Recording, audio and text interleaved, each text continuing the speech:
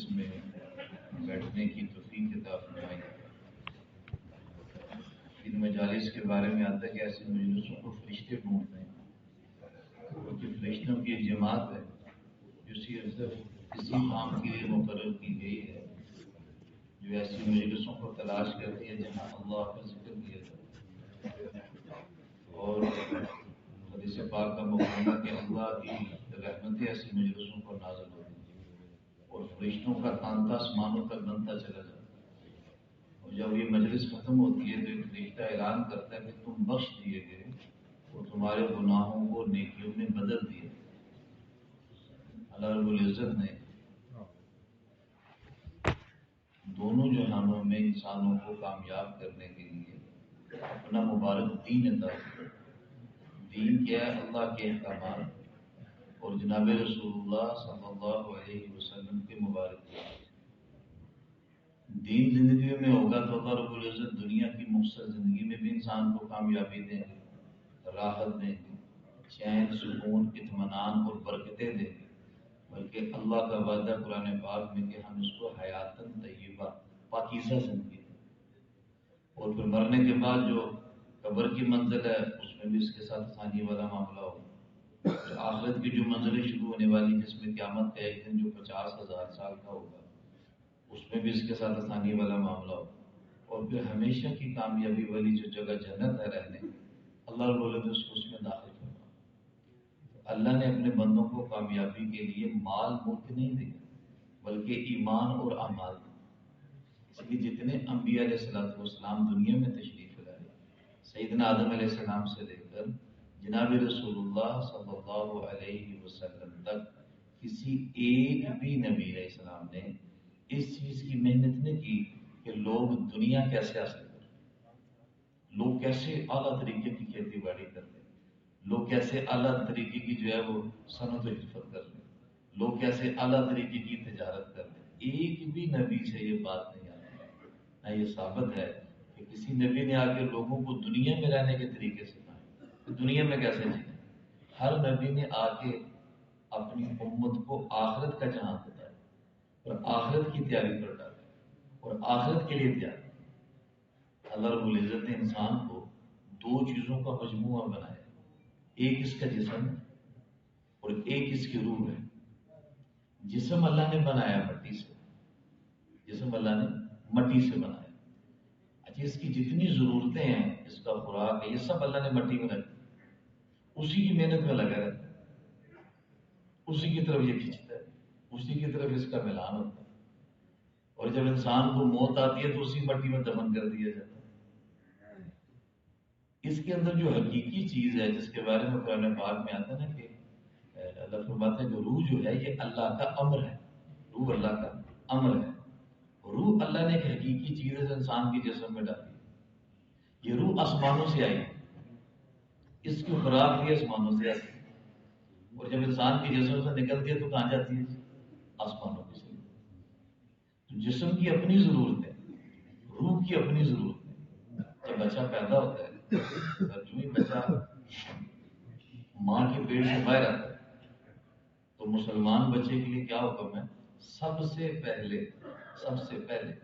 اس کو کس چیز کی خوراک دیجیے؟ جسم کی نہیں، نہ تو یہ حکم ہے اس کو ماں فوراً دودھ پلائے، بچہ پیدا ہو گیا اس کو دودھ پلاؤ، نہ یہ حکم ہے کہ اس کو جو ہے نا اس کی تحریک جسے ہم عام زبان کو کہتے ہیں مڑتی، کہ اس کو وہ شہد چٹایا جائے، یہ نہیں۔ سب سے پہلی آواز یہ بچہ جو اس دنیا میں آتے ہی ماں کے پیٹ سے نکل کے سنے وہ اللہ کی آواز سنے، دعوت کے بول سنے۔ کیا؟ دائیں کان میں آذان، اللہ اکبر، اللہ اکبر، اللہ اکبر، اسے دعوت سنوائی، یہ اس کی روح کی خوراک ہے۔ بائیں کان میں اقامت دیتی۔ اب یہ روح کی دعوت کے وہ جب آتا ہے حدیث پاک کا مفہوم ہے، جب اذان ہوتی ہے تو شیطان ہوا خارج کرتا ہوا بھاگ جاتا ہے۔ شیطان دعوت کے قریب نہیں آتا، دعوت سے ڈرتا ہے، اور کسی چیز سے شیطان نہیں ڈرتا، اور وہاں تک بھاگ جاتا ہے جہاں تک اذان کی آواز جاتی ہے تاکہ اس کو آواز ہی نہ سنائی۔ اور جب اذان ختم ہوتی ہے تو اس کے بعد کی کیا؟ اللہم رب ہذہ الدعوۃ التامہ۔ اذان دعوت تامہ ہے، مکمل دعوت، 4 سمتوں میں آواز لگائی گئی، اللہ اکبر سنو مشرق والو، اللہ اکبر سنو مغرب والو، اللہ اکبر سنو شمال والو، اللہ اکبر سنو جنوب والو، کہ بڑا کون ہے؟ اللہ ہے۔ یہ بچے کا پہلا سبق ہے، ابھی یہ بولنا بھی نہیں جانتا، سننا بھی اسے نہیں پتا، لیکن اس کی روح کو وہ پہلا سبق سنایا گیا کہ ساری کائنات کا خالق اور مالک اللہ ہے، ساری کائنات کا رازق بھی اللہ ہے۔ وہ ایسا اللہ ہے جس نے ساتوں سمانوں کو اپنی قدرت سے بنایا، ساتوں زمینوں کو اپنی قدرت سے بچھایا۔ وہ ایسا اللہ ہے جو اپنی قدرت سے ہواؤں کو چلاتا ہے، وہ ایسا اللہ ہے جو اپنی قدرت سے بارشوں کو برساتا ہے، وہ ایسا اللہ ہے جو اپنی قدرت سے زمینوں سے غلوں کو اگاتا ہے۔ ساری کائنات کا نظام اللہ کے حکم سے چل رہا ہے، اس بچے کو تعارف کرایا جا رہا ہے۔ اس لیے سارے انبیاء علیہ الصلوۃ والسلام، آدم علیہ السلام سے نبی علیہ الصلوۃ والسلام تک، سارے انبیاء کی جو دعوت کے بول تھے وہ ایک ہی تھے۔ ایسا نہیں ہے کہ نوح علیہ السلام کوئی اور بول لے کر آئے اور ابراہیم علیہ السلام کوئی اور بول لے کر آئے۔ اللہ نے سارے انبیاء علیہ السلام کو ایک ہی کلمہ دے کر بھیجا، اور اس کلمے کے بول تھے لا الہ الا اللہ۔ سب انبیاء اسی چیز کی دعوت۔ اب انبیاء علیہ الصلوۃ والسلام کے ذمے صرف یہ نہیں تھا کہ دعوت کے یہ کلمے کے بول کو دوسروں کو سکھا دینا، بس یہ ہر بندے کو کلمے کے بول سکھا دے، نہیں میرے بندے سن۔ انبیاء کی جو جانیں لگیں اور انبیاء علیہ الصلوۃ والسلام کی جو قوت لگی، وہ اس چیز پر لگی کہ کلمے والا یقین لوگوں کے دلوں میں اتر جائے، کلمے والا یقین لوگوں کے دلوں میں اتر جائے، اور غلط یقین لوگوں کے دلوں سے نکل جائے۔ ملک، مال، مادی نقشے، عہدے، سلطنت، تجارت، ان سب چیزوں سے یقین نکل کر ایک اللہ کی ذات پر اے لوگوں، جہاں جہاں سے تمہیں ہوتا ہوا نظر آ رہا ہے وہاں سے نہیں ہو رہا، کرنے والی ذات اللہ کی ذات، وہی اللہ ہے۔ سارا قرآن اللہ کے تعلق سے بھرا، سارا قرآن۔ وہ اللہ ہے جس کو چاہتا ہے ملک دیتا ہے، جس سے چاہتا ہے ملک چھین لیتا ہے۔ وہ اللہ ہے جس کو چاہتا ہے بیٹے دیتا ہے، جس کو چاہتا ہے بیٹیاں دیتا ہے، جس کو چاہتا ہے دونوں عطا کرتا ہے، اور جس کو چاہتا ہے بے اولاد کرتا ہے۔ وہ ایسا اللہ ہے جس کو چاہتا ہے اپنی قدرت سے عزت دے دیتا ہے، اور جس کو چاہتا ہے ذلیل کر دیتا ہے، چاہے تو عزت کے نقشے میں رکھ کے ذلیل کر، اور چاہے تو ذلت کے نقشوں سے اٹھا کر عزت کے نقشوں پر چڑھا۔ ایسا اللہ قدرت والا جس نے آدم علیہ السلام کو اپنی قدرت سے بغیر ماں باپ کے پیدا کر دیا، وہ اللہ ایسی قدرت والا جس نے اما حوا کو ان کی بائی پسلی سے پیدا کر کے دکھا دیا، وہ اللہ ایسی قدرت والا جس نے اصحاب کہف کو 309 سال بغیر کھلائے پلائے پال کے دکھایا، اور 309 سال کے بعد اٹھا دیا، اور آپس میں دوسرے سے پوچھتے ہم کتنا سوئے، یومن او بعد یوم، ایک دن یا دن کا کچھ حصہ۔ ویسی قدرت والا اللہ ہے جس نے عزیر علیہ السلام کو 100 سال کے لیے سلا کے بول دیا، اور سواری ختم ہو گئی، لیکن 100 سال کے بعد جب اٹھایا تو سواری کو دوبارہ زندہ کر دیا اور کھانا ترو تازہ رکھ دیا۔ وہ اللہ ہے جس نے فرعون کو حکومت سلطنت کے ہوتے ہوئے پانیوں کے اندر غرق کر دیا، اور موسیٰ علیہ السلام ان کی فوج، ان کی جو قوم تھی بنی اسرائیل، ان کو پانیوں سے پار لگا دیا۔ اللہ کی قدرت کو روزانہ بولنا، اللہ کی بڑائی کو روزانہ بولنا۔ میرے بھائی دوستوں کو آج چونکہ جس ہم مادیت کے ماحول میں رہ رہے ہیں اور مادیت کی فضا کے اندر ہم اپنی صبح شام گزار رہے ہیں، یہاں مادیت کی محنتوں کی وجہ سے دل سے متاثر ہوتا ہے۔ آج جسم کی خوراک کی تو خوب فکر کی جا رہی ہے، صبح ناشتہ بھی کیا جائے، دن کو کھانا بھی اچھا کھایا جائے، اور شام کے وقت بھی اچھی جائے، پھر اس کو چائے پانی بھی اچھا پلایا جائے، پھر اس کی حفاظت کے لیے سردی گرمی کے لیے بندوبست بھی کی جائے، اس کے لیے اچھے اچھے لباس بھی ہوں، اور اس کے لیے جو ہے وہ بستروں کا بھی بندوبست ہو۔ آج اس چیز کو خوب محنت رواج میں ہے، آج کم قسمتی سے روح کی محنت جو ہے نا جی، اس کا رواج ختم ہوتا چلا جائے۔ دعوت میں کیا ہے جی؟ دعوت میں کیا ہے کہ اس کی روح خوبصورت سے خوبصورت ہوتی چلی جائے، اس کی روح جو ہے وہ کبھی سے کبھی ہوتی چلی جائے۔ اللہ کے یہاں جو آدمی کی قیمت لگتی ہے وہ اس کے جسم کے بقدر نہیں لگتی، اللہ کے آدمی کی قیمت اس کی روح کے بقدر لگتی ہے۔ جتنی خوبصورت روح ہوگی، ایمان والی، اعمال والی، اتنی نورانی ہوگی، اور اس کے بقدر اللہ کے یہاں اس کی قیمت لگے گی۔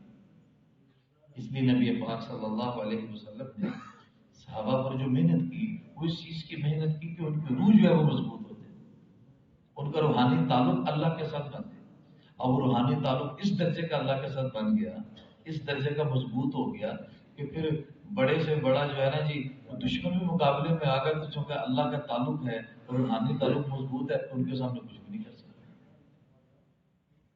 یعنی حدیث میں کیا آتا ہے وہ واقعہ جو لکھا غزوہ بدر کا کہ 313 وہ لوگ جو بالکل نہتے ہیں اور پاس کچھ بھی ان کے نہیں ہے، نہ تلواریں ہیں نہ زریں ہیں اور نہ ساز و سامان ہے، اور 1000 کے مقابلے میں جو آئے جن کے پاس ہتھیار بھی اور جو ہے وہ سامان بھی اور ناچنے والیوں کو بھی ساتھ لے کر آئے۔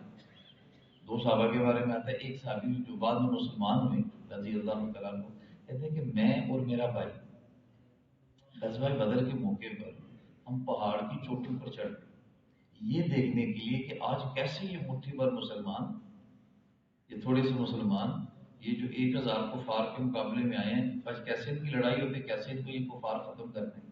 وہ یہ تو نہاتے ہیں، ان کے پاس تو کچھ بھی نہیں ہے اور وہ تو ہتھیاروں سے لیس ہو کے آئے ہیں، کثرت والے بھی ہیں۔ کہتے ہیں کہ ہم پہاڑ کے اوپر بیٹھے اس منظر کو میدان میں دیکھ رہے تھے، تھوڑی دیر گزری تو ہم نے بادلوں کے اندر سے گھوڑوں کے ہنہنانے کی آواز سنی، اور وہ ایسی زبردست اور دہشت والی آواز تھی کہ میرا بھائی اس خوف کو برداشت نہیں کر سکا، اس کی وہیں جان نکلی، وہ وہیں مر گیا اس دہشت میں۔ تو میں نے کیا دیکھا کہ آسمانوں سے کچھ چیزیں نیچے اتری اور میدان کے اندر جاتی گم ہو جاتی، اور تھوڑی دیر کے بعد یہ دیکھا کہ وہ 313 کو اللہ نے 1000 پر غالب کر دیا اور فتح عطا کر دی۔ اللہ ساتھ تھے میرے بھائی۔ حضرت عباس رضی اللہ عنہ کے بارے میں آتا ہے کہ ایک کوئی چھوٹی سی قد کے صحابی رسیوں میں زنجیروں میں باندھا ہوا ہے اور گھسیٹتے ہوئے لے کے آ رہے ہیں۔ تو جب آپ صلی اللہ علیہ وسلم کے پاس تشریف لائے، حضرت عباس خود ہی کہنے لگے کہ دیجیے اس نے مجھے نہیں پکڑا۔ تو کہنے لگے یا رسول اللہ میں نے اس کو پکڑا، میں اس کو پکڑ کے لے کے آؤں۔ کہنے لگے نہیں نہیں یہ مجھے پکڑ سکتا ہے، میں اس کو ایک ہاتھ لگاؤں تو یہ بیٹھ جائے، اس نے مجھے نہیں پکڑا، بلکہ مجھے جس نے پکڑ کے اس کے حوالے کیا وہ تو مجھ سے بھی لمبا تھا، وہ تو مجھ سے بھی لمبا تھا، اس نے مجھے پکڑ کے اس کے حوالے کر دیا۔ حضرت عباس کے بارے میں آتا ہے کہ ان کا قد اتنا لمبا تھا کہ اگر گھوڑے پر بیٹھتے تھے تو ان کے پاؤں زمین پر لگتے، اور آواز اتنی وہ کبھی تھی کہ ان کا ایک بات تھا جو 10-12 میل کے فاصلے پر تھا، تو چھت پہ کھڑے ہو کے آواز دیتے تھے تو باہر میں غلام کو آواز چلی جاتی۔ اللہ نے فرشتے کے ذریعے ان کی مدد کر دی۔ میرے بات دوستوں کو صحابہ کی ساری تعریف اٹھا کے دیکھیں، واقعات ہم علماء کرام سے سنتے رہتے ہیں، ہر میدان میں اللہ ان کے ساتھ، ہر میدان میں اللہ ان کے ساتھ۔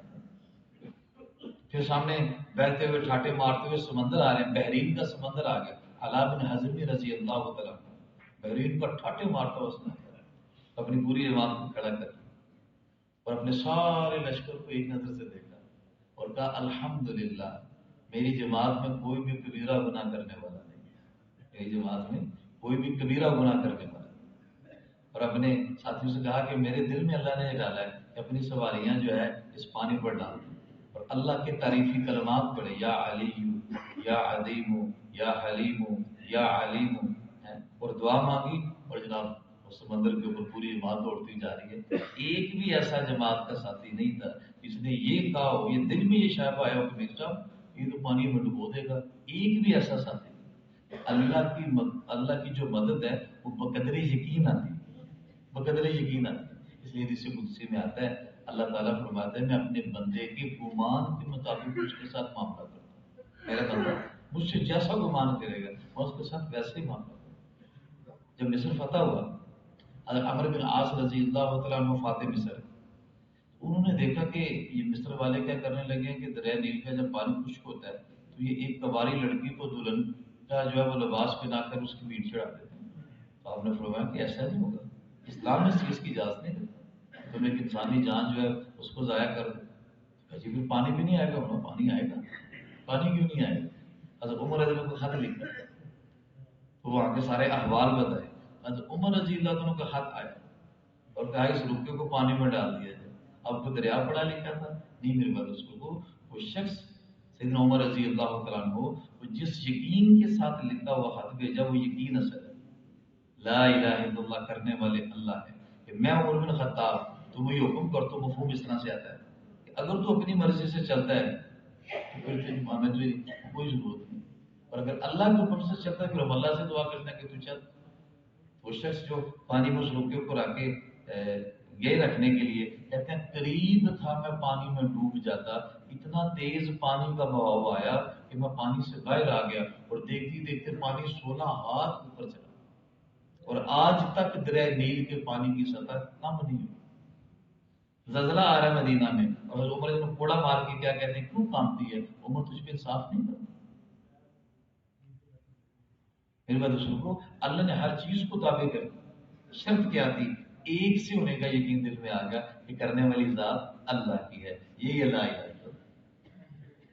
پھر ممبر پر کھڑے ہو کے خطبہ دے رہے ہیں اور اللہ نے وہ ملک شام میں جنگ کا منظر جو ہے وہ سامنے کر دیا کہ حضرت ساریہ رضی اللہ تعالیٰ عنہ جو ہے وہ جنگ میں جو ہے وہ موجود ہیں اور وہ دیکھا کہ پہاڑ کی دوسری طرف سے کفار حملہ کرنے لگے، ان کی اس طرف غفلت ہے، وہ اس طرف نہیں دھیان۔ تو اب خطبے کے دوران ہی پیغام پہنچا دیا، یا ساریہ تو جبل، یا ساریہ اے ساریہ پہاڑ کی طرف ہو۔ اب اللہ رب العزت نے ان کی اس یقین کے بقدر، اس یقین کی وجہ سے حضرت عمر بن کو اس پیغام کو سینکڑوں میل دور ملک شام تک ان کے پاس پہنچا دی۔ وہ اللہ ہے۔ پھر جانور بھی ان کے تابع تھے، جانور بھی ان کی بات مانتے تھے۔ حضرت عبداللہ ابن عمر رضی اللہ عنہ، عبداللہ ابن عمر رضی اللہ عنہ یہ جا رہے ہیں تو دیکھا کہ لوگوں کا کچھ مجمع جو ہے وہ کھڑا ہوا ہے راستے میں، تو کہنے لگے کہ تم یہاں کیوں کھڑے ہو؟ یہ کھڑے ہونے کی یہ کوئی چوک تھوڑی ہے، تم یہاں پہ کھڑے ہونے کی جگہ تھوڑی ہے۔ تو حضرت عبداللہ ابن عمر سے لوگ کہنے لگے کہ حضرت آگے تو شیر بیٹھا ہوا، جنگل سے شیر نکل کے آ گئے، اس وجہ سے ہم یہاں پہ کھڑے ہیں کہ کسی کو چیخ پاڑ نہ دے۔ اب کیا وہ لوگ اور کیا ان کا اللہ سے تعلق اور کیا ان کے اندر کا یقین اس شیر کے پاس سے تھے، اور اس کو جا کے کان سے پکڑا اور کہا سن، اگر تو ان میں سے تیری کو خوراک ہے، اللہ نے تیرا کو رزق رکھا ہوا تو اس کو کھا لے، تو اگر اس میں تیرا کو رزق نہیں ہے تو کیوں اللہ کے بندوں کو تنگ کرتا ہے؟ ایک اس کے کان کے نیچے تھپڑ مارو، جنگل میں بھاگ گئے۔ یہ کوئی معمولی بات ہے؟ حضرت سفینہ رضی اللہ تعالیٰ عنہ اپنی جماعت سے الگ ہو گئے ہیں، جماعت آگے چلے گئی، پچھڑ گئے۔ آپ ان کو سفینہ، آپ سے سنو یہ سفینہ ہے تو پوری جماعت کا سامان اٹھا لیتا ہے، کشتی تو سامان ان کے پاس، تو دیکھا ساتھیوں سے بچھڑ گئے، ساتھی سے الگ ہو گئے۔ اب جنگل میں جا رہے تو سامنے شیر، تو شیر کے پاس چلے گئے اور جا کے کہا، شیر کی کنیت ہے ابو الحارث، حارث، کہ اے حارث، شیر کی کنیت سے اس کو پکارا، میں اپنے ساتھیوں سے جدا ہوں، مجھے راستہ دیکھو۔ اب اس نے اپنی دم کھڑی کی، کانوں کو لایا اور راستہ چلنا شروع کر دیا، اور چلتے چلتے چلتے جنگل کے کنارے پر جب اپنے ساتھیوں کو جاتا ہوا دیکھا مٹی کو اڑتے ہوئے، تو سمجھ گئے کہ وہ میرے ساتھی جا رہے ہیں، ان کو ڈھونڈ لیا۔ اب شیر نے سلام کیا اور واپس چلا۔ تو لا الہ الا اللہ، یہ ہے یقین کہ کرنے والے اللہ ہیں۔ اب یہ بنے گا کیسے؟ اس کے لیے بڑے یہ فرماتے ہیں روزانہ اس کلمے کی دعوت دیجیے، روزانہ اللہ سے ہونے کی دعوت دیجیے۔ اور کلمے کا دوسرا جز کیا ہے؟ محمد الرسول اللہ۔ اللہ جو کرتے ہیں اپنی قدرت سے کرتے ہیں اور محمد صلی اللہ علیہ وسلم کے مبارک طریقے پہ کرتے ہیں۔ اب صحابہ حضور پاک صلی اللہ علیہ وسلم، اچھا یہ جو کلمے کا دوسرا جز ہے اس میں بھی دو یقینوں کی تبدیلی ہے کہ غلط یقین دل میں سے نکل جائے، ملک مال مادی اسباب کا یقین دل سے نکل جائے اور رسول اللہ صلی اللہ علیہ وسلم کے عملوں کا یقین دل میں داخل ہو جائے۔ لا الہ الا اللہ، یہ بھی یقینوں کی تبدیلی، اور محمد رسول اللہ صرف طریقوں کی تبدیلی نہیں ہے، یقین بھی ٹھیک ہو جائے اور طریقہ بھی ٹھیک ہو جائے۔ یقین کیا بن جائے کہ رسول پاک صلی اللہ علیہ وسلم نے جو عمل بتایا ہے یہی عمل حق ہے اور یہی سچ ہے، عقل میں آئے تب بھی نہیں، عقل میں نہ آئے تب بھی یہی سچ۔ ایک صحابہ یا رسول اللہ تنگ دستی بہت ہے، تنگ دستی بہت ہے، تو آپ نے فرمایا باوضو رہا کر، اللہ تیری تنگ دستی دور کر۔ اکثر وہ واقعہ آتا ہے، انس جو تھے رضی اللہ تعالیٰ عنہ، ان کے بارے میں آتا ہے کہ حجاج بن یوسف نے اپنی فوج کو دوڑایا ہوا تھا کہ ان کو پکڑ کے جہاں پر ملے ان کو جس ساتھ میں گرفتار کر کے لے کے آ جائے۔ تو اپنے گھر کے دروازے کے باہر بیٹھے اپنے کرتے سے جوئیں نکال رہے تھے، تو صفائی پہنچ گئی اور کہا کہ امیر نے بلایا۔ کہنے لگے کس امیر نے؟ کہ جو امیر ہے حجاج۔ کہنے لگے میں اس کو امیر نہیں مانتا۔ جی آپ ہمارے ساتھ تشریف لے چلیں، وہ بلا رہے ہیں، آپ بھی آگے سے بات نہ کریں۔ پکڑا اور لے کر چلے، حجاج بن یوسف کے سامنے کھڑا کر دیا۔ اب اتنی مشقت و تودوں کے بعد ایک شخص کو پکڑ کے جب لے کر آئے، ملا، کہنے لگے تو جانتا ہے کہ میں تجھے یہاں پر کیوں بلایا؟ کہنے لگے کہ نہیں میں نہیں جانتا۔ کہنے لگے میں نے تجھے قتل کرنے کے لیے بلایا اور میں تجھے قتل کر دوں۔ حجاج بن یوسف کو حضرت انس رضی اللہ عنہ فرمانے لگے اگر میں یہ جانتا، اگر مجھے یہ پتا ہوتا کہ زندگی اور موت کا مالک تو ہے تو میں اللہ کو چھوڑ کے تیری عبادت میں لگا۔ زندگی اور موت کا مالک تو نہیں ہے، بلکہ زندگی اور موت کا مالک تو اللہ ہے، اور تو قتل کا سوچتا ہے، تو میرا ایک بال بھی باقی نہیں کر سکتا۔ میں نے رسول اللہ صلی اللہ علیہ وسلم سے ایک دعا سیکھی ہے، اور مجھے رسول اللہ صلی اللہ علیہ وسلم نے فرمایا ہے جو شخص بھی یہ دعا پڑھ لے گا اس کی جان مال سب اللہ کی حفاظت میں آ جائے، تو میرا کچھ بھی بگاڑ نہیں کرتا۔ اچھا یہ بات سنتی ایک دم وہاں نکل گئی، کہنے لگے اچھا چل میں تجھے قتل نہیں کرتا، تو مجھے بھی وہ دعا سکھا، مجھے بھی وہ دعا سکھا۔ کہنے کہ تو اس کا اہل نہیں کہ تجھے وہ دعا سکھا، تو اس کا اہل نہیں کہ تجھے وہ دعا سکھاؤں۔ تو اپنے سپاہیوں سے بولا اس کو چھوڑ دو جانے دو۔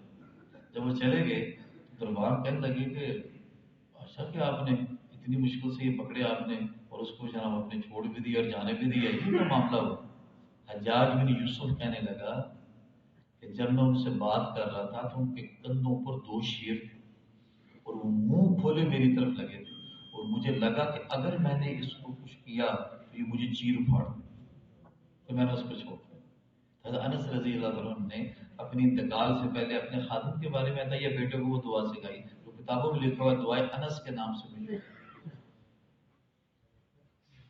ابو دردہ رضی اللہ کو 3 لوگ آ کے کہہ رہے ہیں کہ بر آگ لگ گئی آپ کا گھر جل گیا، کہنے کہ میرا گھر نہیں جل سکتا، میرا گھر نہیں جل سکتا، آگ میرے گھر کو نہیں جلا سکتی۔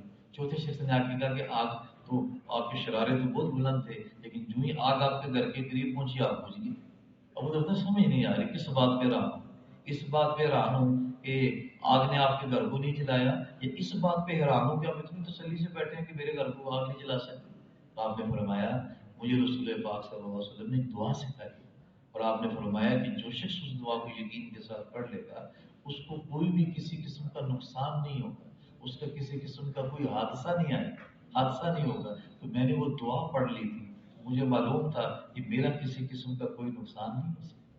دعائیں جو ہے وہ ابو دردہ کے نام سے کتابوں میں ملتی ہے، پڑھتے بھی رہتے ہیں، کیا خیر ہے۔ لیکن ایک ہے صرف دعا کا پڑھنا، ایک ہے یقین کے ساتھ پڑھنا۔ آج عبد اللہ صلی اللہ علیہ وسلم فرمایا کرتے تھے، بلکہ ان کے بیانوں میں دعائیں دعائیں تو ہوتی تھی، بھئی یہ پڑھے تو یہ ہوتا ہے، یہ پڑھے تو یہ ہوتا ہے۔ یہ دفعہ فرمانے لگے جو شخص آخری 3 کل، عبد اللہ صلی اللہ علیہ وسلم فرمانے لگے جو شخص آخری 3 کل 3 مرتبہ پڑھے گا صبح اور شام کو، یکفی کا من کل شیء، اللہ اس کے ہر کام کے لیے کافی ہوتا ہے، اللہ اس کے ہر کام کے لیے کافی ہوتا ہے۔ میرے بعد اس کو دل میں یہ بات اتر جائے کہ محمد صلی اللہ علیہ وسلم والا بتایا وہ عمل میں نے کر لیا، بس اب میں مطمئن ہوں۔ جس نے صبح کو سورہ یاسین پڑھ لی، اس کی ساری دن کی حاجتیں اللہ نے اپنے ذمے لے لی، میں اس کی حاجتیں پوری۔ جس نے صبح کی نماز، فجر کی نماز با جماعت ادا کر لی، یہ اللہ کے ذمے آ گیا، یہ اللہ کے ذمے آ گیا۔ اور کیا فرمایا، یا ابن آدم تو دن کے شروع میں 4 رکعتوں سے عاجز نہ بن، 4 رکعتوں سے عاجز نہ بن، میں سارا دن تیرے کاموں میں تیری کفایت کروں گا۔ یعنی سارے دن میں اللہ ہمارے کاموں کے لیے کافی ہو جائے۔ تو میرے بات دوستوں کو، جب اللہ جس کام کے لیے کافی ہو جائے پھر اس میں کسی کی عادت باقی نہیں رہتی۔ سب سے مضبوط اور بڑا عمل جو اللہ کے خزانوں سے ہمیں دیا گیا وہ نماز ہے۔ کہتے ہیں کہ نماز جو ہے نا جی، یہ عرشی ہے، باقی جتنے احکامات ہیں یہ سارے فرشی ہیں۔ نماز کو اللہ رب العزت نے اپنے محبوب کو اپنے پاس بلایا اور اس امت کے لیے تحفہ دن تھا۔ ملی 50 تھی، 5 رہ گئی، لیکن کیا آ گیا کہ میرے نبی آپ کی امت پڑھے گی 5 نمازیں، ہم اس کو اجر دیں گے 50 کے اوپر۔ اچھا اگر یہ وضو کر کے پڑھیں، باوضو ہو کے مسواک کے ساتھ، یعنی باوضو مسواک کے ساتھ پڑھیں، پھر وضو سے پہلے اگر یہ مسواک کر کے پڑھیں تو 70 گنا اور اجر دیا جائے۔ باجماعت پڑھیں گے تو 27 گنا اور اجر دیا جائے۔ جامع مسجد میں جا کے پڑھیں گے تو 500 گنا اجر دیا جائے گا۔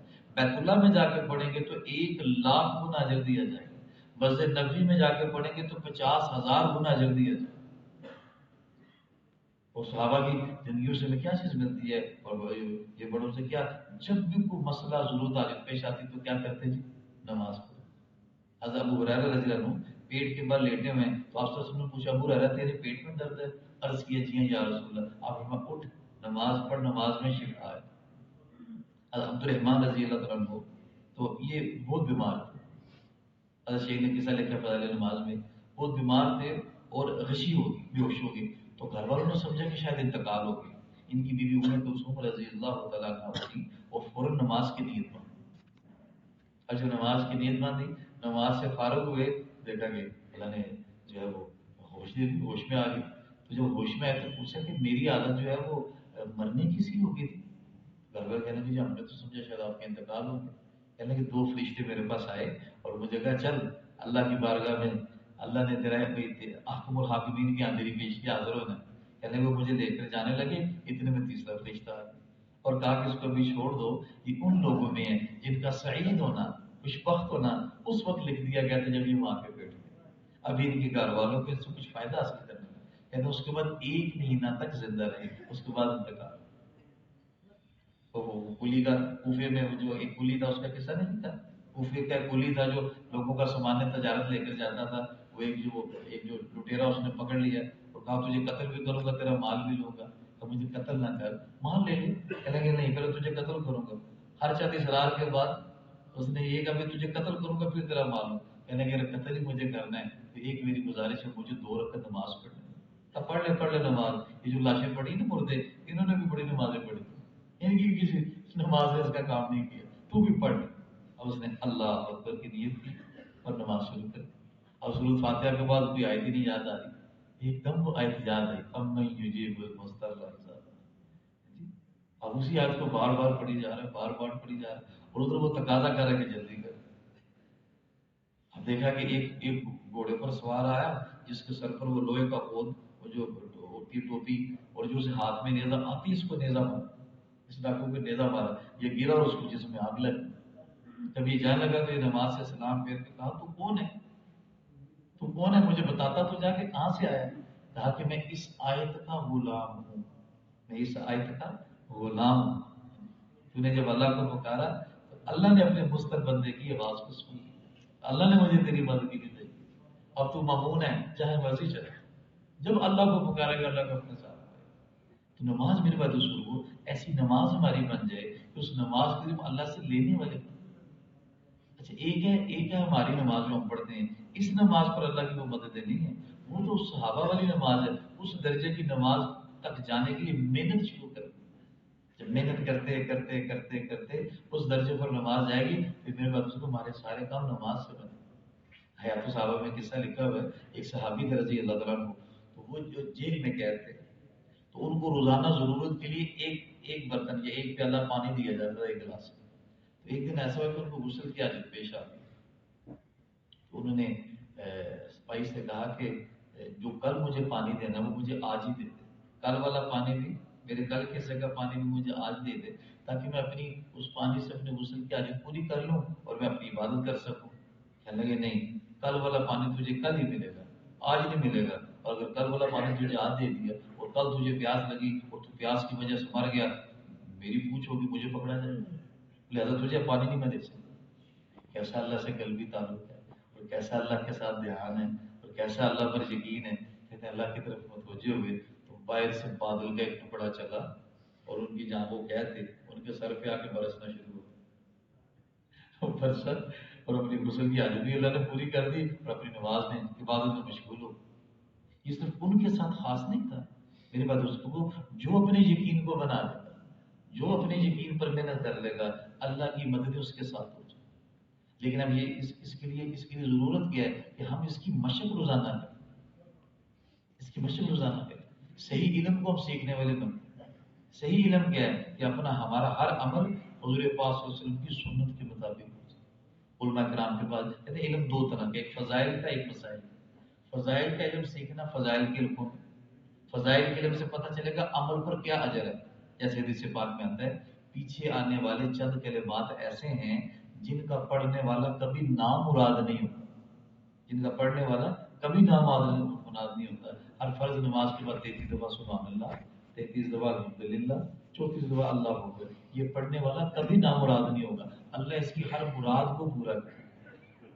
جو شخص ہر فرض نماز کے بعد آیت الکرسی پڑھتا ہے 2 انعام اللہ اس کو دے گا. کتنے انعام دیں گے؟ 2 انعام اللہ اس کو دے گی. پہلا انعام یہ ہے اس کے اور جنت میں صرف موت کا پردہ ہے، موت آتی جنت میں چلا جائے. اور دوسرا انعام یہ ہے اگلی نماز تک یہ اللہ کی حفاظت میں. یہ ہے فضائل. اب فضائل کے رکوع میں بیٹھیں گے تو فضائل کا یقین آئے گا، فضائل کا شوق پیدا ہوگا، فضائل کا علم ہمیں پتہ چلے گا. اور دوسرا علم ہے مسائل کا. مسائل کے علم سے کیا پتہ چلتا ہے کہ عمل کو کیسے کرنا ہے. اس کے لیے علماء کرام کی خدمت میں حاضر ہونا اور علماء کرام سے اپنی زندگی کے مسائل کا پوچھنا. ابھی رائن میں تھے تو وہاں سلیم صاحب بات کریں کہنے لگے پرانی بات سنا لگے کہنے لگے میں میری خدمت تھی اور میرے ساتھ ایک مولوی صاحب تھے تو ہم بازار میں صبح صبح چلے گئے سبزی خریدنے. تو ایک سبزی والا ابھی دکان نہیں کھلی تھی تو اس کی نا سبزی آ گئی وہ اپنی سبزی کو لگانا تھا تو اسے بولا اسے ہم نے کہا بھی 1 کلو جو ہے نا شلجم دے دو.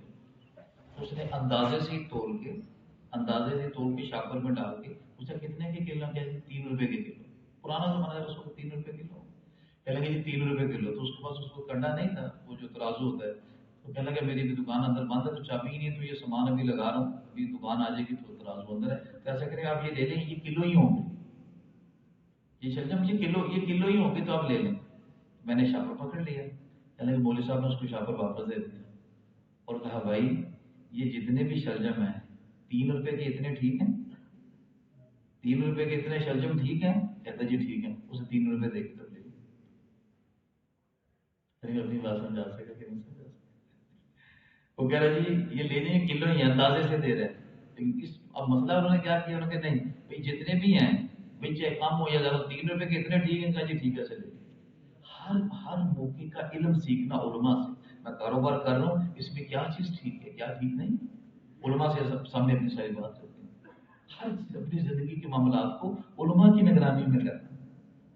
اس لیے حدیث پاک میں آتا ہے اس کا یہ مفہوم ہے کہ عالم کا ساری رات کا سونا عابد کی ساری رات کی عبادت کرنے سے افضل ہے. اور ایک فقیہ جو ہے ایک عالم جو ہے فقیہ یہ 1000 عابدوں سے اوپر. ہمارے اندر اس چیز کا شوق ہو سیکھنا اس چیز کو اور میرے بات کو 24 گھنٹے اللہ کے دھیان کے ساتھ گزارنا کہ میرا اللہ مجھے دیکھ رہا ہے میرا اللہ مجھے سن رہا ہے میرا اللہ میرے ساتھ ہے. اس دھیان کے ساتھ اپنے 24 گھنٹے گزارنا اس کے لیے اللہ کا ذکر کرنا. اور ذکر میں سب سے افضل تو قرآن ہے کہ قرآن پاک کی تلاوت کرنا. مولانا علیہ السلام کو فرمایا کرتے تھے سارے اعمال کے اندر نور ملا لیکن تہجد میں قرآن پاک کو دیکھ کر پڑھنے سے جو نور ملا وہ کسی عمل سے. قرآن شفیع ہے جس کی شفاعت قبول کی گئی اور جھگڑالو ہے جس کا جھگڑا تسلیم کرے. اپنے پڑھنے والے کی قیامت میں شفاعت کرے اور مطالبہ کرے گا جس نے اس کا حافظانی کیا. اس لیے کیا لکھا ہے حضرت شیخ نے وہ فضائل قرآن کے باب میں کہ کم از کم آخری درجہ یہ ہے قرآن کا کہ سال میں 2 مرتبہ اس کو ختم کیا جائے. ہمارے بڑے کیا کہتے ہیں کہ روزانہ ایک بار ایک کی طرح کم از کم اور پھر اللہ کا دھیان نصیب ہو جو اس کے لیے یکسوئی سے بیٹھ کر اللہ کا ذکر کرنا. تیسرا کلمہ ہے درود پاک ہے اور استغفار ہے. تیسرا کلمہ درود پاک استغفار اس کا اہتمام کریں. اور میرے بات اس کو ہمارے اخلاق کیسے بن جائیں جیسے رسول پاک صلی اللہ علیہ وسلم کے اخلاق تھے اور جیسے آپ نے اپنے صحابہ پر محنت کی اور صحابہ کو ایسا بنا. یہ جو ہے وہ ایک بڑی مجلس میں آ کے زید ابن سونا جو یہودیوں کا بڑا عالم تھا ترات کا آپ کے گریبان کو پکڑ ہے اور حضرت عمر کو غصہ آتا ہے اور کہتے ہیں میں اس کی گردن اتار دوں گا. تو آپ نے کہا عمر اس کو کچھ مت کرو ہم نے اس کا ادھار واپس دے دیا تم اس کو لے جاؤ اور اس کا ادھار بھی واپس دو جو ہم نے سے ادھار لیا تھا اور یہ جو تم نے سخت بات اس سے کی ہے اس کے بدلے میں اتنی 7 کھجوریں حضرت اس کو لے گئے اس کا ادھار دیا اور کہا یہ کھجوریں بھی لے لو. کہنے کا عمر یہ کھجوریں کس وجہ سے دیتے ہو. کہا وہ جو سخت لفظ وہ سخت میں سختی کا جو تیرے سے معاملہ کہ اس وجہ سے. کہنے کا عمر تو مجھے جانتا میں کون. کہا میں نہیں جانتا. کہا میں زید ابن سعنا. آپ فوراً کہنے لگے اچھا تو زید ابن سعنا تو یہودیوں کا بڑا عالم ترات کا عالم. کہا ہاں میں وہی. کہا تو جانتا ہے یہ اللہ کے نبی ہے محمد صلی اللہ علیہ وسلم پھر بھی تو نے ان کے ساتھ یہ معاملہ کیا. کہا عمر کہ ہماری کتاب میں نبی آخر الزمان کی جتنی نشانیاں تھیں وہ سب میں آپ کی ذات میں دیکھ چکا لیکن ایک یہ نشانی ایسی کہ یہ معاملہ کیے بغیر ہو نہیں سکتی تھی کہ لکھا ہے یہ کتاب میں تورات میں کہ نبی جو آخر الزمان ہوں گے ان کے ساتھ کوئی جیسا بھی سختی والا برتاؤ کرے ان کے علم اور برداشت میں کمی نہیں دیتے. عمر جب محمد صلی اللہ علیہ وسلم کا گریبان میرے ہاتھ میں تھا میری نظریں آپ کے چہرے پر تھیں تو آپ کے ماتھے پر ایک بھی بل نہیں. اور میں تجھے گواہ بناتا ہوں اس میرے کلمے کا گواہ بن جا اشہد ان لا الہ الا اللہ اشہد ان محمد رسول. کلمہ پڑا مسلمان. یہاں آپ کی دعوت پر مسلمان نہیں ہوئے، آپ کے اخلاق والے عمل پر مسلمان۔ ایک قیدی کافر قیدی کو گھر لے کے گئے اور اس کو تازہ روٹی تندور سے نکل کے اس کو تازہ روٹی کھلا رہے ہیں اور خود رات کی باسی روٹی کھا رہے ہیں۔ وہ اس بات سے متاثر ہو کے کہتے ہیں یہ کیسے لوگ ہیں، مجھے تو تازہ تازہ گرم روٹیاں کھلاتے ہیں، خود باسی روٹی کھا رہے ہیں۔ پھر بعد اس کو کتنا بڑا مجمع اس وجہ سے جو ہے وہ اللہ کے نبی صلی اللہ علیہ وسلم پر ایمان لے کر آ گیا، آپ کے اخلاق اور آپ کے معاملات کو دیکھ۔ پھر صحابہ کے ساتھ بھی آتے وقت تابعین کی یہی چیز چلتی آ رہی ہے، لیکن اب یہ بنے اس کے لیے محنت سے نیت یہ ہوتی ہے اللہ تو راضی ہوتی ہے۔ کیوں؟ اگر بڑے سے بڑا عمل کیا اور نیت یہ بھی آ گئی تھوڑی سی بھی کہ بھائی وہ فلاں دیکھ لے، تو سارے عمل کے اوپر جو ہے وہ راستہ بڑے بڑے درجے والوں کو صرف اس وجہ سے جہنم میں پہلے پھینکا جائے گا نیت کی خلاف۔ اس کے فرمایا نیت جو ہے اخلاص یہ بندے اور اللہ کے درمیان راز ہے۔ وہ قصہ لکھا نا کتابوں میں کہ ایک کچھ 3 لوگ تھے سفر پہ جا رہے تھے، راستے میں بارش ہوئی تو غار میں چھپ گئے، پناہ لے لی، تو آگے بہت بڑا پتھر آ کے چٹان گر گیا۔ اب بڑی کود لگا رہے لیکن پتھر تو ہٹ ہی نہیں رہا۔ اب بڑی کوشش کے بعد جب دیکھا تو یہ پتھر تو اٹھنے والا نہیں ہے۔ اب جب جان کے لالے بڑھ گئے، آپس میں مشورہ کیا کیا کریں، یہ تو مصیبت ٹلتی نہیں۔ کس نے کہا ایسا کرو، اگر کوئی زندگی میں ایسا عمل ہے جو اللہ کے لیے کیا اس عمل کو اللہ کے یہاں پیش کرو، شاید اللہ کے ہمارا مقام بن جائے، اس مصیبت سے خلاصی ہو جائے۔ تو تینوں نے اپنے اپنے عمل کو پیش کیا، سنتے رہتے ہیں قصہ، تفسیر میں بھی جانے کے بعد تینوں نے اپنے اپنے عمل کو پیش کیا اور اس عمل کی اخلاص والے عمل کی برکت سے پتھر ہٹ گیا اور ان کی خلاصی ہوگی وہاں سے۔ اخلاص ایسی چیز ہے، اخلاص والے ہدایت کے چراغ ہیں، اللہ ان سے بڑے بڑے فتنے دور کرتے ہیں۔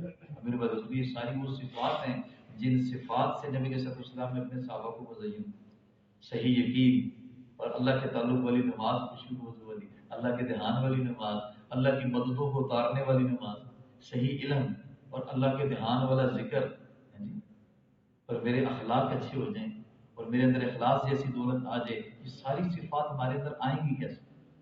اس کے لیے محنت ہے، اس کے لیے یہ دعوت والی محنت ہے جو رسول پاک صلی اللہ علیہ وسلم نے اپنے صحابہ کے اوپر کی، اور یہی صفات کو لے کے صحابہ پھر پوری دنیا میں پھیلے، اور جہاں جہاں یہ پھیلتے گئے جاتے گئے وہاں وہاں جو ہے وہ اسلام آتا گیا، لوگ بدلتے۔ یہ جتنا افریقہ کے اوپر کا علاقہ ہے، یہ افریقہ کا علاقہ، یہ مراکش ہے، یہ تیونس ہے، یہ سارے اوپر کے علاقے نیچے، تو یہاں کی زبان عربی نہیں تھی، لیکن صحابہ یہاں پھرے ہیں، یہاں سے اپنی زندگی لے کے گزرے ہیں، ان کی زبان بھی بدل گئی، ان کا رہن سہن بھی بدل گیا، ان کی ساری زندگی بدل گئی صحابہ کے طور طریقے۔ دائی کی یہ خاصیت ہے، خوشبو والا جہاں جائے گا اس سے خوشبو پھیلے۔ حضرت اللہ صلی اللہ علیہ وسلم فرمایا کرتے تھے سورج کا کام ہے روشنی دینا، جب سورج نکلتا ہے سارے اندھیرے ختم ہو جائے، سارے اندھیرے ختم ہو جائے۔ دائی کو اللہ نے ہدایت کا سورج بنایا، جہاں نکلے گا اللہ اس کی وجہ سے ساری ضرورتیں ختم کر دے گا، سارے باتوں کو ختم کر دے گا۔ اور صحابہ کو آپ صلی اللہ علیہ وسلم نے اسی بنیاد پر تیار کیا کہ صحابہ اللہ کے نبی کا پیغام لے کے پوری دنیا میں پھیلے، چاہے وہ بوڑھے ہیں تو بڑھاپا ان کے لیے رکاوٹ نہیں ہے کہ اللہ کے راستے میں کیسے جائیں۔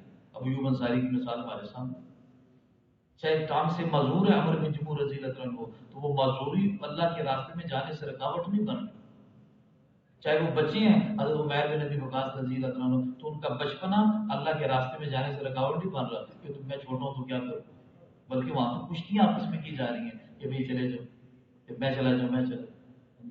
چاہے وہ عورتیں ہیں، چاہے وہ عورت ہے، حنسہ رضی اللہ عنہ اپنے چاروں بیٹوں کا نذرانہ پیش کر رہی ہے، چاہے وہ بیمار ہیں، صحابی بیمار بستر پر لیٹے ہوئے ہیں، اور جب جماعت کو اللہ کے راستے میں جاتا ہوا دیکھا تو کہا کہ مجھے بھی اللہ کے راستے میں لے جاؤ۔ تو بیٹے کہنے لگے کہ آپ بہت بیمار ہیں، صحت کے زمانے میں جاتے رہے، ہمیشہ جاتے رہے، تو بھی بیماری ہے تو آپ بستر پر ہی رہیں۔ کہنے لگے کہ ایسی بری بات ہے کہ میرے بیٹے تو اللہ کے راستے میں جائیں، میرے ساتھی تو اللہ کے راستے میں جائیں، اور میں یہاں بڑا بستر میں بیٹھتا ہوں تو دیکھتا ہوں مجھے بھی اللہ کے راستے میں لے کے چلے۔ کہتا ہوں کہ ان کو بستر سمیت اٹھا لیا اور اللہ کے راستے میں لے کر کے وہیں ان کا انتقال ہو گیا۔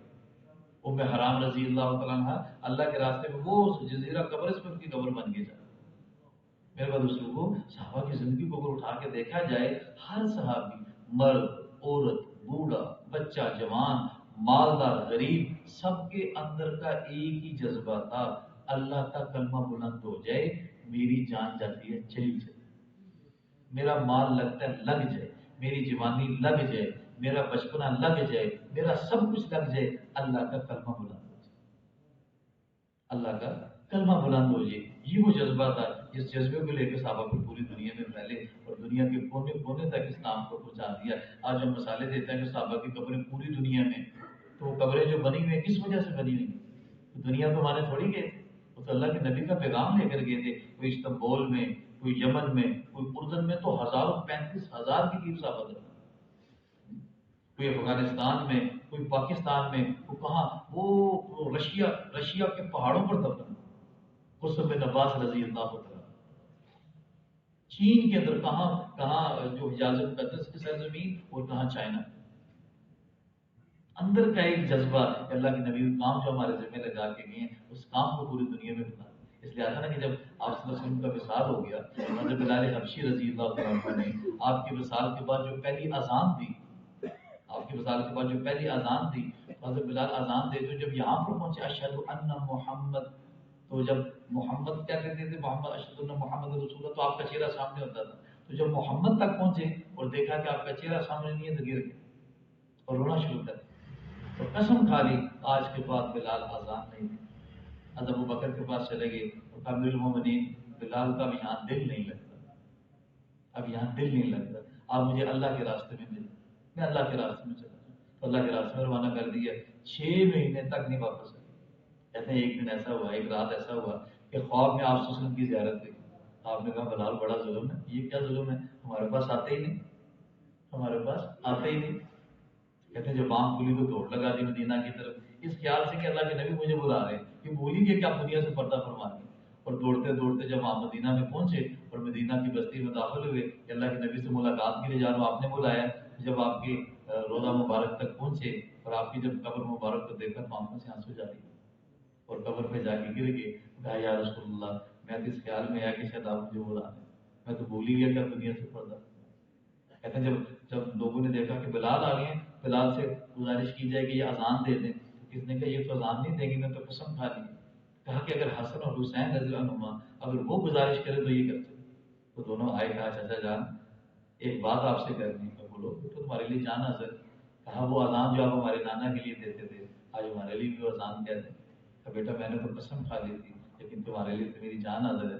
تو جب اوپر چڑھے اور جب اللہ اکبر کہا تو مدینے میں بحران مچ گیا، بچے بوڑھے عورتیں روتے ہوئے اپنے گھروں سے پیر نکل گئے کہ شاید حضور کا زمانہ واپس آئے، پھر بھی میں نہیں ٹھہرے، ان سے بڑا بھی ہو سکتا ہے محبت کرنے والا۔ تو ان کی قبر کہاں پہ بنی؟ دمشق میں بنی، ملک شام دمشق میں بنی۔ کل کو آپ نے کیا فرمایا کہ بلال میرے قدموں سے اذان دیتا ہوا پھر بدسو صحابہ کی محبت کا سب سے بڑا ثبوت یہ ہے کہ ان کی قبریں اپنے علاقوں میں نہیں بنی، دوسرے علاقوں میں جا کے بنی۔ اور ہم بھی تو حضور سے محبت کے دعوے کرتے ہیں، اور ہم سارے اپنے اندر کے جذبوں کو دیکھ لیں، ہمارے اندر کا جذبہ کیا ہے؟ مومن کا جذبہ تو یہ ہوتا ہے کہ میں اللہ کے راستے میں چلا، اور اللہ کے راستے میں موت تو آنی آنی ہے، بستر پر آئے گی، حادثے میں آئے گی، کسی بیماری میں آئے گی، ایک درجہ یہ ہے اللہ کے راستے میں آئے گی۔ ابھی ہمارے پاس پچھلے ہفتے وہ جماعت آئی تھی، انڈونیشیا کے مہمان تھے، جی انڈونیشیا سے آئے ہوئے، صبح تجد کے وقت ہوتے تھوڑی سی طبیعت خراب ہوئی، ہاتھوں میں ان کے انتقال ہو۔ اب بتاؤ اب کہاں جس پاک جس کا جہاں انتقال ہو اللہ کے راستے میں نکل کر اس کے گھر سے لے کر وہاں تک اللہ اس کو بے جوڑ موتی کا محل عطا کرے، بے جوڑ موتی کا، تو سارے تیار ہیں اس کے لیے انشاءاللہ تعالیٰ، اس کے لیے لگانا پڑے گا۔ 4 مہینے تو پہلا قدم ہے کہ 4 مہینے لگا کر پوری دنیا میں جائیں۔ 4 مہینے وہ دروازہ ہے جس دروازے سے آپ داخل ہو کر دنیا کے دوسرے ملکوں تک پہنچتے ہیں، جن کے 4 مہینے نہیں لگے تو وہ تو نیت کریں کہ فوراً